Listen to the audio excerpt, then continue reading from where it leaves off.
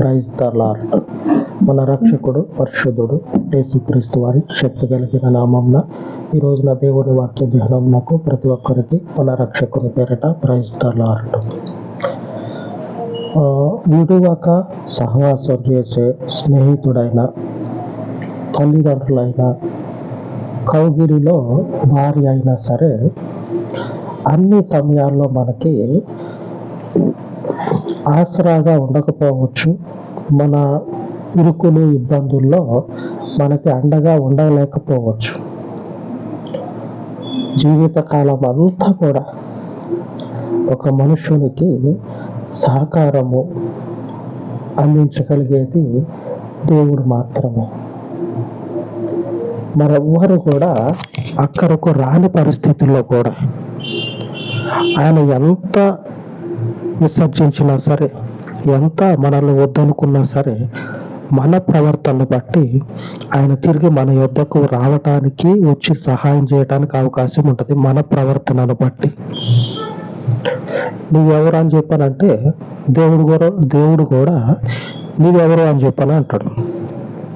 దేవుడు నువ్వెవరు అని చెప్పి అన్నప్పుడు ఆయన చేత ఆ మాట పలకకుండా మీరు నా వాళ్ళు అని చెప్పగలిగే విధంగా మనం చేయొచ్చు. మన ప్రవర్తన బట్టి అది మన చేతిలో ఉంటుంది. ఈ పరిస్థితుల్ని ఫేస్ చేసినటువంటి ఇశ్రాయేలీయుల గురించి ధ్యానించుకుందాము. దేవుని వాగ్దానం ఏం సెలవిస్తా ఉంది, తద్వారా మనము దేవునికి అనుకూలంగా దేవుణ్ణి బట్టి మనం ఎలా మసులుకోవాలో మనము నేర్చుకుందాం. 2వ దినవృత్తాంతాల గ్రంథం 15వ అధ్యాయము 4వ వచనం. తమ శ్రమవంతు వారు ఇశ్రాయేలీయుల దేవుడైన యెహోవా యొద్దకు మళ్ళుకొని ఆయనను వెతికినప్పుడు ఆయన వారికి ప్రత్యక్షమాయెను. చూడండి, మనుష్య రీతిగా అవసరానికి మనిషి అంటారు కదా, అట్లాగా వాళ్ళ అవసరం వచ్చినప్పుడు దేవుని యొద్దకు తిరిగితే దేవుడు వాళ్ళకి ప్రత్యక్షమైందంట. దేవునికి తెలుసు వచ్చేటువంటి మనిషి అవసరం తీరేంత వరకే కాళ్ళ దగ్గర పడి ఉంటాడని. అవసరం తీరిన తర్వాత ఇక పత్తా లేకుండా పోతున్నాం. దేవుడికి తెలిసి కూడా దేవుడు ఏం చేస్తా ఉన్నాడు అంటే వారికి ప్రత్యక్షమైతా ఉన్నాడు. ఏ సమయంలో అయినా సరే, ఏ పరిస్థితిలో ఉన్నా సరే దేవుని యొద్దకు పోవాల్సిందే. మనం పోయి దేవుని సన్నిధిలో మొరపెట్టాల్సిందే. ఆయన తప్పించి మనకు సహాయుడు అనేటువంటి వారు ఎవరు కూడా లేరు. గట్టిగా అట్లాగనే పేడతాటలాగా అట్లాగనే పగ తీసుకొని ఉండొద్దు. ఏ పరిస్థితి అయినా సరే దేవుని దగ్గరికి పోయి ప్రార్థన చేయాల్సిందే. దేవుడు మనకి సహాయం చేయాల్సిందే. మీరున్నటువంటి పరిస్థితి ఎటువంటిదైనా సరే, మీరు దేవునికి ఎంత దూరంగా వెళ్ళిపోయినా సరే, అందనంత దూరంలో ఉన్నా సరే, అంటే చేసినటువంటి పనుల వల్ల అందనంత దూరంలో ఉన్నా సరే దేవుని యొద్ద మొరపెట్టాల్సిందే. మన శ్రమను బట్టి ఆయన మనకు సహాయం చేయాల్సిందే. ఇంకొకరి కోసం ఎదురు చూడండి. చూసి ఇంకొకరి ద్వారా మీకు సహాయం రాకపోగా మీ సమయం వేస్ట్, మీ సమయం అంతా వృధాగా గడపటం తప్పించి, మీ కళ్ళు కాయలుగాడడం తప్పించి, మీకున్నటువంటి ఆ ఓర్పు అనేది నశించడం తప్పించి ఇంకా మరే ఉపయోగం కూడా ఉండదు. ఉన్నదంతా కూడా పోగొట్టుకొని తిరిగి దేవుని దగ్గరికి రావటమే చివరికి చేయాల్సింది. అదేదో మొదటే చేద్దాం. వాళ్ళకి శ్రమ వచ్చినప్పుడు ఇక లాభం లేదు. ఈ పరిస్థితి ఇంకా ఎట్లనో అయిపోయింది, లాభం లేదు. దేవుని యొద్దకే పోదాం. దేవుని యొద్దకు పోతే ఆయన కరుణించక మానడు, సహాయం చేయక విడిచిపెట్టడు. ఆయన సహాయం చేసేటువంటి దేవుడు తన యొద్దకు వచ్చినటువంటి వారికి మరీ నిశ్చయంగా కృప చూపగలిగిన దేవుడు. అంతేకాని రోషానికి పోతే కాలిపోయేది మనమే. మన జీవితాలు నశించిపోతాయి. రోషానికి పోయి ఎంత శ్రమలో ఉండి మనం ఇబ్బంది పడుతున్నామో అంతకు మించినటువంటి శ్రమని తిరిగి మరలా మనం పొందుకోవాల్సి వస్తుంది. దేవుని యుద్ధకు పోకపోతే ఇబ్బంది ఉన్నది, పోలే, ఇంతకు మించి ఇబ్బంది వస్తుంది, అప్పుడేం చేస్తాం? అప్పుడు కూడా పోలే, ఇంకా ఎక్కువ అయిపోతుంది కానీ తక్కువ అయితే కాదు. మనకున్నటువంటి పరిస్థితులన్నిటిలోకెల్లా ఆయన ఒకడు మాత్రమే సహాయం చేస్తాడు, మరి ఎవ్వరి ద్వారా కూడా కాదు. అటువైపు చూసి ఉపయోగం అనేది ఏమీ లేదు. కాబట్టి దేవుని వారైనటువంటి మీకు అందరికీ దేవుని వాక్యము సెలవిస్తూ ఉంది, ఆయన తప్పక సహాయం చేసే దేవుడు, చెయ్యి అందించి. ఆమేన్. ఆయన తప్పక సహాయం చేసే దేవుడు. మీరు ఏ పరిస్థితిలో ఉండండి, మనకి జిగిరి దోస్తు అంటే బెస్ట్ ఫ్రెండ్, బెస్ట్ ఫ్రెండ్ అనుకో, వాని ద్వారా ఏదో ఒరుగుతుంది అని చెప్పనని వాడి కోసం చూస్తే రాడు. వాడిని ఆపేటువంటి వాళ్ళు ఎంతో మంది ఉంటారు. ఒక్కడైతే కాదు కదా, వానికి ఉంటారు. వాళ్ళ ద్వారా ఆగిపోవచ్చు. నీకు సహాయం చేసేటువంటి హృదయం ఉండొచ్చేమో కానీ చెయ్యనియనటువంటి హృదయాలు ఎన్నో ఉంటాయి. ఆ హృదయాలన్నీ కలిసి ఈ ఒక్క హృదయాన్ని ఏం చేస్తాయంటే పట్టిని లాగేస్తాయి వెనక్కి. నువ్వు అటువైపు చూసినందువల్ల నీకు వచ్చినటువంటి ప్రయోజనం ఏమీ ఉండకపోగా చివరికి వచ్చేళ్ళకే తల కిందకేసుకోవటమే, చివరికి వచ్చేళ్ళకే నీ జీవితం అనేది నశించిపోవటమే, శ్రమలో పడి ఇరుకులో పడి అట్లాగ దిగజారిపోవటమే. ఆయన కార్యము సఫలం చేయగలిగిన దేవుడు. మన పనులలో కూడా మనకేం చేస్తాడంటే ఆయన విజయాన్ని ఇవ్వగలిగిన దేవుడు. ఎన్ని ఇబ్బందుల్లో ఉన్నా సరే ఆయన నేను చెయ్యను అనేటువంటి మాట మాట్లాడనటువంటి దేవుడు. ఆ ప్రజలు దేవుణ్ణి ఆశ్రయించినందువల్ల, దేవుడు యుద్ధకు వారు వచ్చినందువల్ల వారికి దేవుడు చెప్తున్నటువంటి మాట ఏమిటంటే 15:7 రాయబడ్డది, కాగా మీరు బలహీనులు కాక ధైర్యము వహించుడి, మీ కార్యము సఫలమగును. మీరు బలహీనతలో ఉండి ఇప్పటి వరకు బలహీనపరచబడి ఉన్నారు కదా, పరిస్థితుల ప్రభావం వల్ల, మీకున్నటువంటి శ్రమ వల్ల బలహీనతలో ఉన్నారు కదా, అట్లాగే ఇక మీదటికి ఉండదు. ధైర్యంగా ఉండండి, ఎందుకంటే దేవుడు మీ కార్యాన్ని సఫలం చేస్తాడు. ఆయన మన పక్షంలో ఉన్న దేవుడు ఒకరు చెప్తే ఆగిపోయే దేవుడు కాదు. వాడు నాకు పడదు, వాడు ఒకవేళ దేవునికి ప్రార్థన చేసి నాకేమన్నా రాకుండా చేస్తాడేమో అని, దేవుని దగ్గర అటువంటివి ఏమి నడవు, అటువంటి పప్పులు ఉడకో దేవుని కాడ. ఆయన ఎటువంటి దేవుడు అంటే నీ హృదయంలో నీతి అనేది ఉన్నదా, నీ హృదయంలో నీతి అనేది ఉన్నదా? అవతల ఉన్నటువంటి మనుషుడు దేవునిని ఎంత పట్టి నిలపాలని చూసినా సరే దేవుడు ఆగిపోయే దేవుడు కాదు. ఇద్దరిలో దేవుని నీతి ఎంతవరకు ఉందో చూసి ఎవరి నీతి ఎక్కువ అనిపిస్తుందో, ఎవరి నీతి దేవునికి దగ్గరగా ఉంటుందో వారికి దేవుడు ఖచ్చితంగా సహాయం చేస్తాడు. అంతే, వారికి దేవుడు సహాయం చేస్తాడు. ఎందుకంటే ఆయన నీతిని, ఆయన న్యాయాన్ని గాయకునేటువంటి వారికి ఆయన సమీపంగా ఉంటాడు.